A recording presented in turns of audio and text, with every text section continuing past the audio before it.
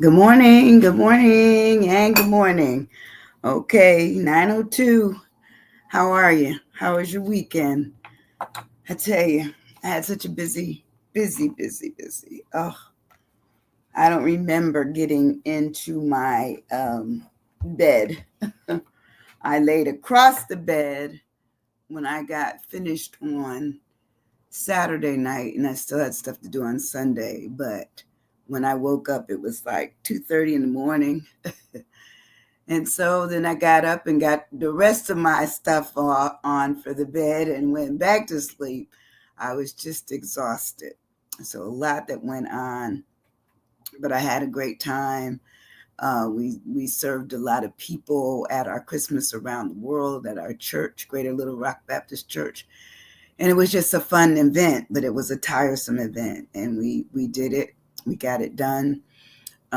Today I'm helping with our bike giveaway.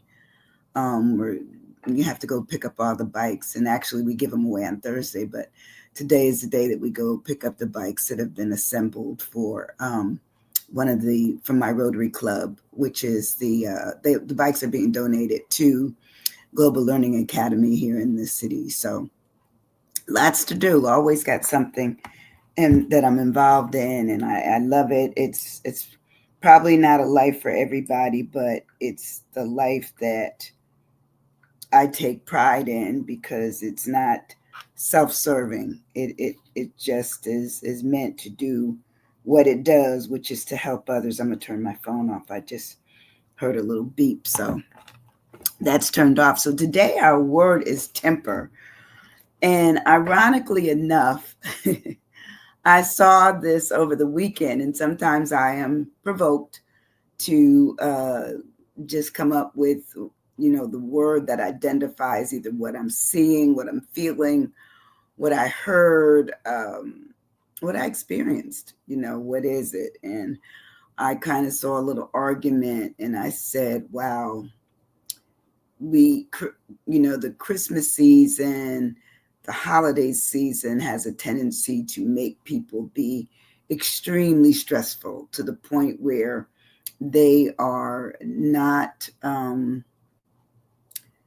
sometimes they're just not nice. I guess that's the best way to put it. They're not nice in their approaches, and there's sometimes never please or a thank you. Other times it's just whatever was said, even if it was please or thank you, it might have been some anger behind what came back as a response. So that's what we're going to talk about today is this whole thing of temper. And so I found this poem, and it looks like it's written by anonymous, so I don't know who anonymous is, but I thank you whoever you are, but it wasn't me. But it speaks to anger and how anger can certainly force us to do some things which aren't always nice or kind. So it says, "My anger is my armor." Think about that. Think about it. My anger is my armor. Sometimes I believe that people, if they have a mean look on their face, or they respond in a rough kind of voice, people will back away. And sometimes I think anger could be people's armor. It says, "My writing is my sword. I never claim perfection. I'm human and I'm flawed. My laughter is my mask. My smile is my shield. I never lied to anyone about my private battlefield. My truth is my defense. My reflections are my might. I never waged this war, yet it's one I'm forced to fight." So, you just think about how sometimes people will force you into an argument, and I just never been one to argue, so I prefer just to say, "See you, yeah, I'm out. I don't want to do that." But I this argument was because it's in the holiday season. It just reminded me that we need to tamp it down, try to find a way to work through things that become stressful, strenuous, um, mean-spirited, all of those kinds of things. We need to get away from that. And how do we do it is learning that sometimes our stress points can get us into our temper points, which makes it rough for ourselves and everyone else. So I ask myself and everyone else, are you stuck occasionally with a temper? Not very much, not me. I just don't have that in me.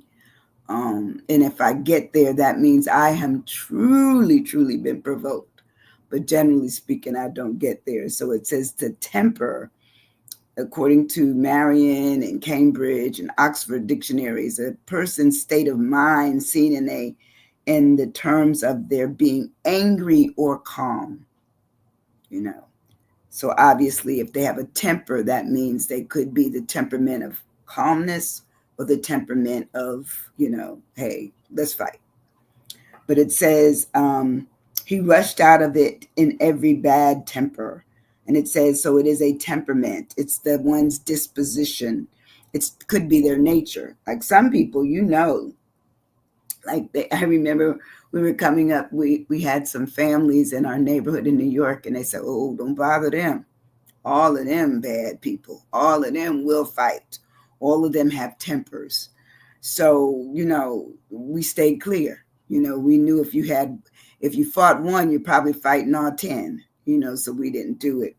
But it talks about the temper, it talks about one's character, one's personality, one's makeup, constitution, their mindset. It could be their spirit. It could be if they meddle or not. Like, I'm not a meddler. I know a lot of people, they like to meddle. They like to know all you're doing and add something. And then they said it could be the mold that they were just, people say if you see anger, you could be angry. If you see frustration, then you could imitate frustration. Good morning, Maurice.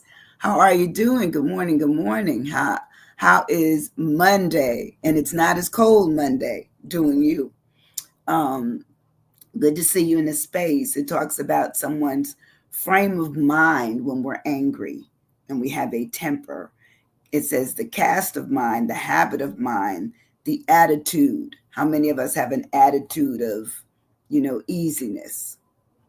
Humor could be, and it could be the grain that they came from. It's almost like, well, they got a bad streak. Have you ever heard people say that someone has a bad streak?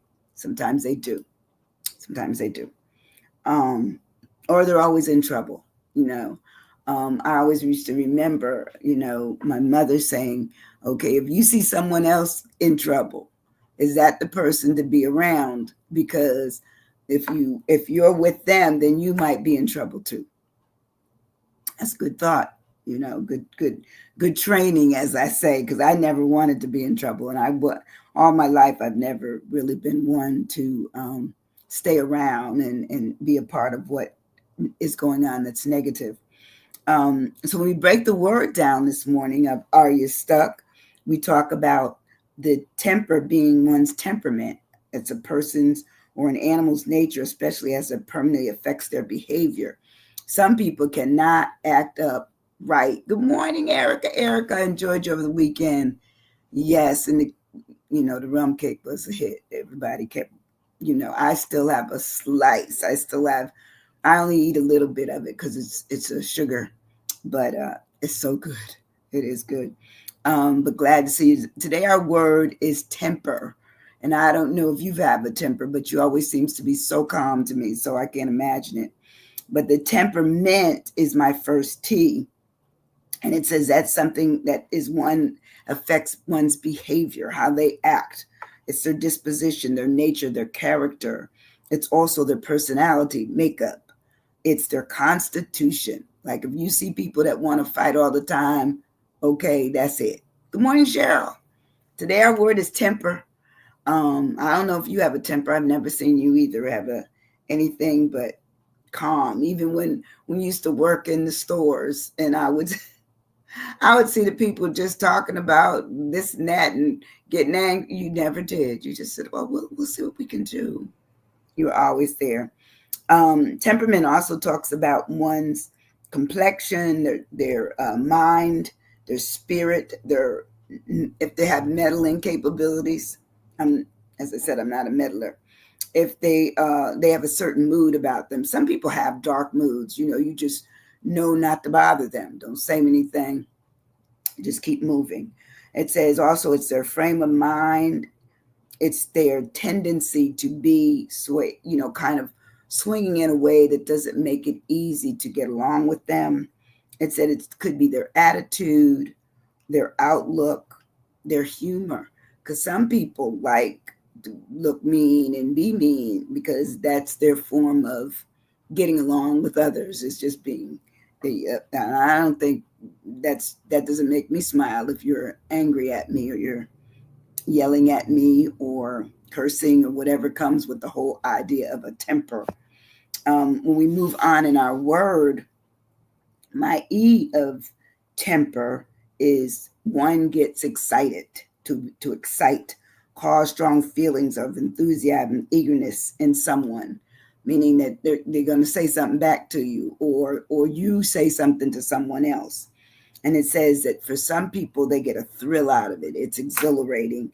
They like to be provoked because it excites them to angrily come at somebody. It says it's when they may become animated. Yeah, I've seen people become animated. I leave them alone. It says enlivened or roused or stirred up. Have you ever seen people stir up? I'm so glad you enjoyed the rum cake and I enjoyed spending time with you too. Oh, thank you, dear. It was great. It was great. We had a good time. So when we also talk about excite, when we have a temper, it says it when something has been stimulated. And sometimes you don't even know what stimulates people. Enrage. Ooh, that's a great word. Enrage. Yes. Have you ever seen anybody being enraged about things? Like I've seen road rage. Now I have seen that. And I said, oh, those two people, what? They getting out the car on the interstate. So I have seen that. If you push me, then I have a temper will rise up like the phoenix. Okay. See, some people, it's true, but they said this time of year has a tendency to make people, get more and more agitated. And I believe it's because there's a lot on people, the gift buying. And, I went out the other day looking for a few things and oh my goodness, the crowds, they've been out there for probably 2 weeks. And, so I try to go early before everybody else gets out, but it doesn't matter. Parking spaces are, lady the other day, and I can attest to this. I was at Sam's. I need to get something for our event that we were having at our church on Saturday. And I was waiting probably 7-8 minutes to get a parking space.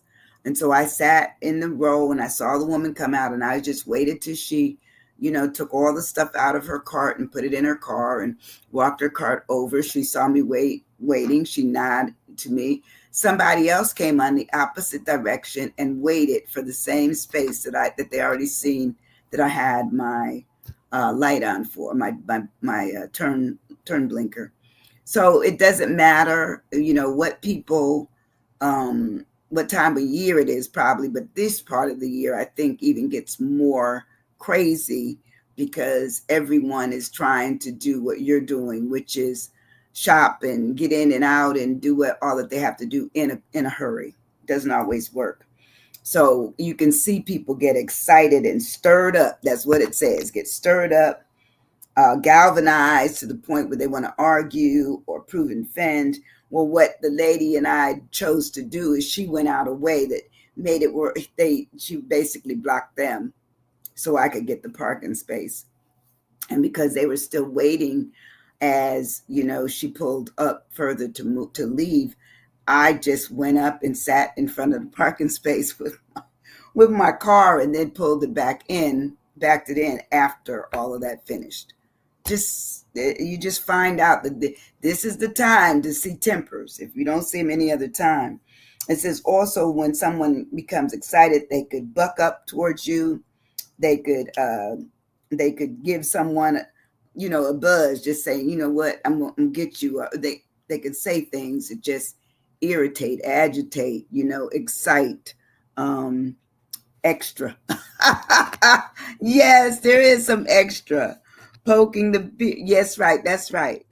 Poking the bear. Yes, absolutely. And we know it happens. It happens all the time. It happens all the time. So you have to understand that when we get to my M in temper, you have to remember your manners. If you don't remember anything else, you have to remember that, where you're at, who you're with, and who are you dealing with in terms of this, disagreement, this rage, this rise in your temper. Because, I know in the state we're in, this is a carrying state. So I'm always concerned about, well, they could just shoot me. If they're licensed to carry, they could say I provoked them or I threatened them or whatever. So and I'm always trying to tell young people, don't let that be your first, action towards, being aggressive. If anything, back down, not rev up. And, because there's a many a person I'm probably thinking that are in their graves because they responded to someone who had a bigger thing, to grind about than what it was worth, but yet and still they risked it all. They risk it all. They let it go. So mind your manners out there. It says a person's outward bearing or way of behaving towards others is manners. So you're looking at your demeanor, the air that you're carrying with you, your aspect, your attitude, your appearance. Remember what I was saying earlier about some people will have a really harsh or mean look on their face because that means, for them, they're letting you know. That's almost like you understand, you get out of my way. And people will do it. But it says also they could give you a look. How many of you have gotten looks from people?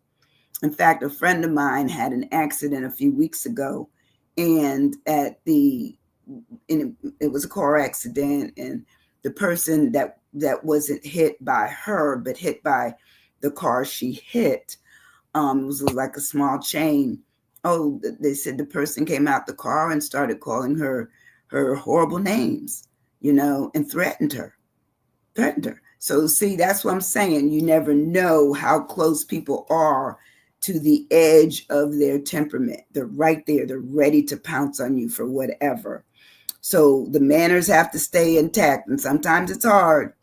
And it says manners are also your conduct and you're basically your behavior, how you need to act, not how you want to act. Because sometimes we want to act differently than what we end up doing. But sometimes that might be saving us because we don't even know what anybody is carrying on them. My P of temper is for personality. I believe that personality plays a lot into our behavior and our actions and our reactions. Our personalities do. I know I've never been a fighter, never been somebody that was ready to jump on anybody about anything. I just said, well, you know what? Not that important to me. I'll let it go. And sometimes even if it's hurtful, I will leave with my hurt, but I'm still intact, understanding that I'm still living, so I don't trust people nowadays. I think people are holding things together on threads, just a little bit of something. So anyway, personality is the combination of characteristics or quality that form an individual's distinctive character. Now, if you're one that's always angry, then people know it. If you're one that's always calm, pleasant, unassuming, praying, okay, that's good right there. Because sometimes when we go out of our houses, we need to be prayed up because we don't know. We came out fine out of our house. Somebody else may have come out of a house that was full of a whole bunch of rock and roll, and craziness, but you see them and all of a sudden they crazy at you and you have not done anything to them. A lot of times people are reacting to something that already took place, and then you happen to be the one that they can direct something after. So praying is great. Thank you, Cheryl. So personality also speaks to one's nature, one's disposition, one's temperament. There it is again, one's makeup, one's persona. If you have a persona that's kind of quiet and unassuming, then there it is. Amen. Cover us as we encounter. That's right, because we're going to encounter a lot of stuff. And I believe wholeheartedly that the holidays for some people bring them to full circle of their anger, full circle. Anger that they're out there with others looking for stuff, or you're in their spaces they're trying to travel through. Be it walking, be it holding doors, uh, cars, all that, everything is all. It all becomes an issue during the holidays. So one's personality also talks about their psyche. How are they really? You may be fine, they may not. For some things, holidays bring up horrible memories, where people are just absolutely caught up in their past, and their past is their current situation. They're dealing with you as they're dealing with what went on that had nothing to do with you, nothing. But there it is. Personality is also someone's identity.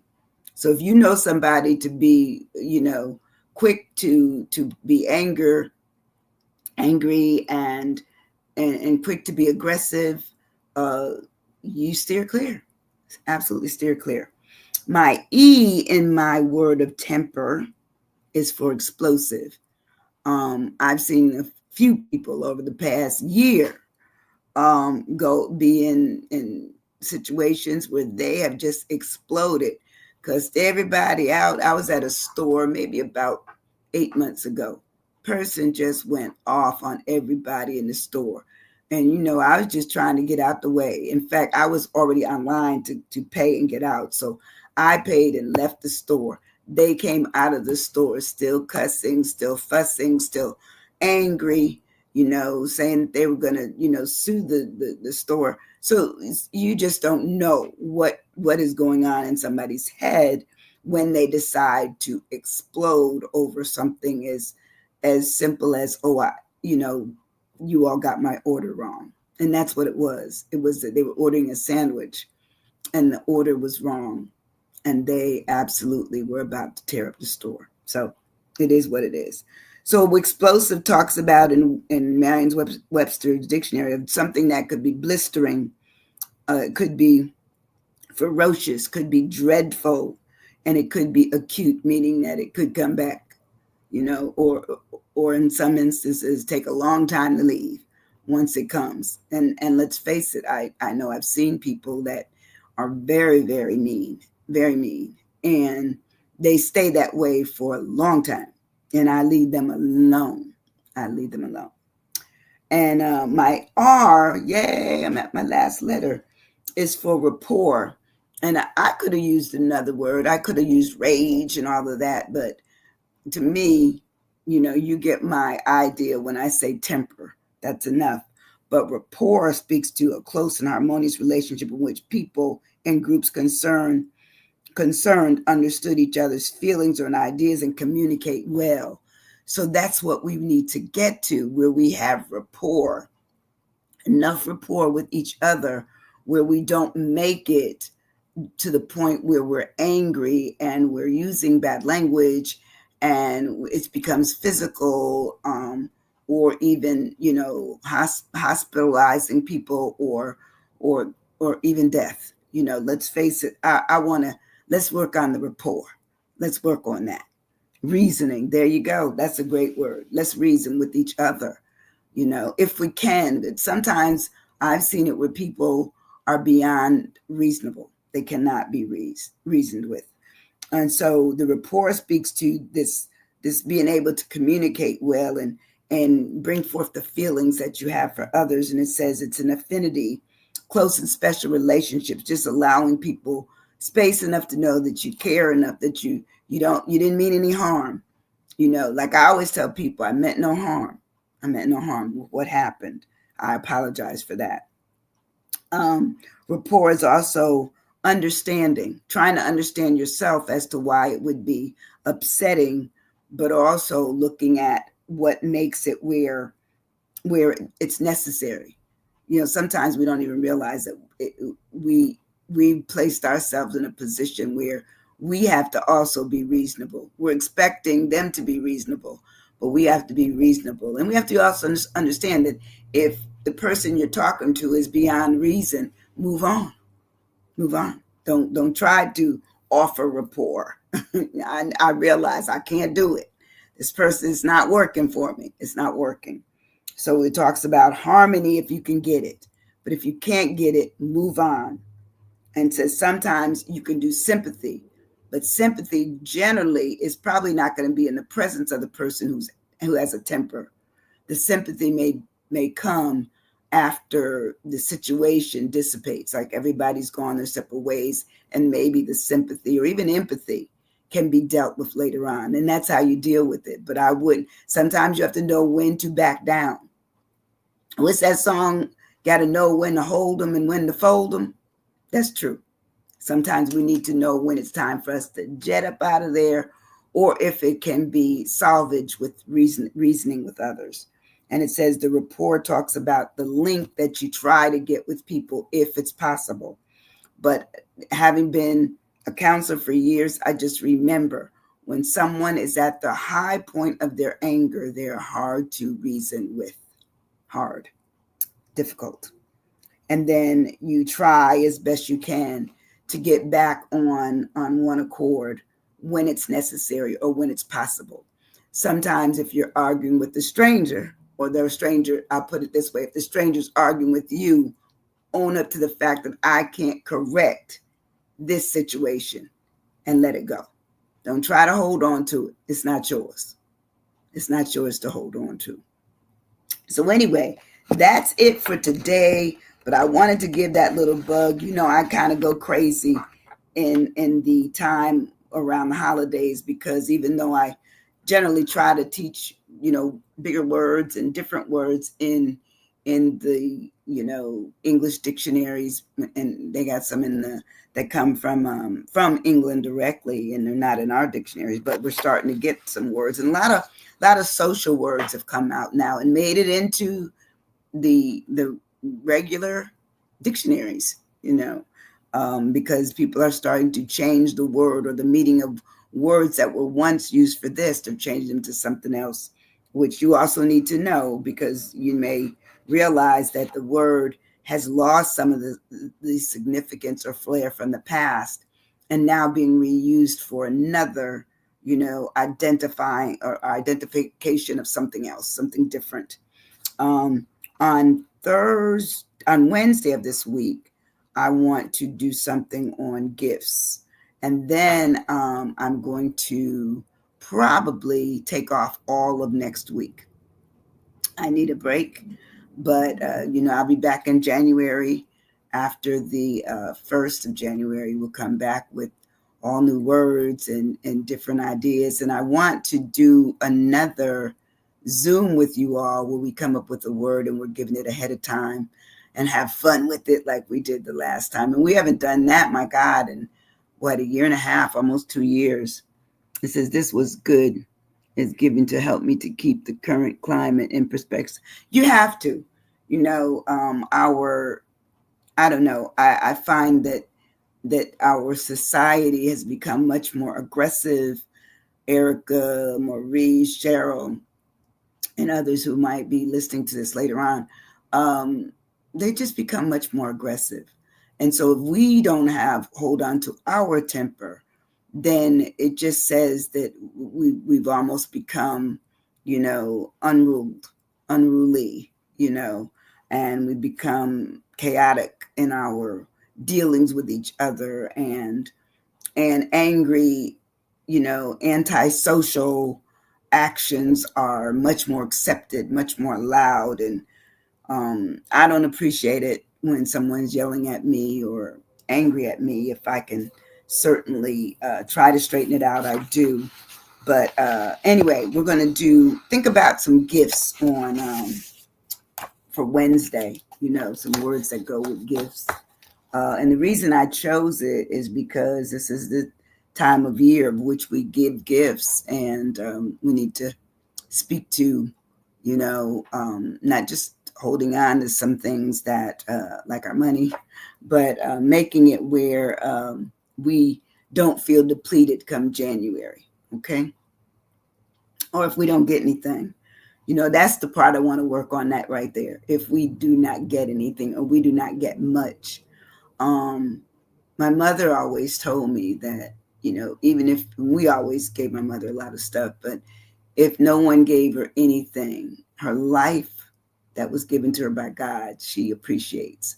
But other than that, anything on earth that she felt she had to have and no one gave it to her, she would get it herself. She'd save for it and get it herself. So that's a good idea for there. Yes. Anything is a blessing. That's right. Anything is a blessing. Anything. Well, look, I will see you all on Wednesday. Listen, have a wonderful, wonderful day. Listen, if you don't do anything else, hit the share button and let this message be shared. And y'all put up some prayers for our girl Debbie, who's always in here. And I know a lot of our friends have been traveling. So hopefully we'll see them in the space before the holidays. But I will be here on Wednesday and I will see you then. Okay. Have a wonderful, wonderful day. Love you guys very, very much. And I appreciate you. Okay. Hit the share. Ciao. Bye. Love you guys. Thanks. Thank you too.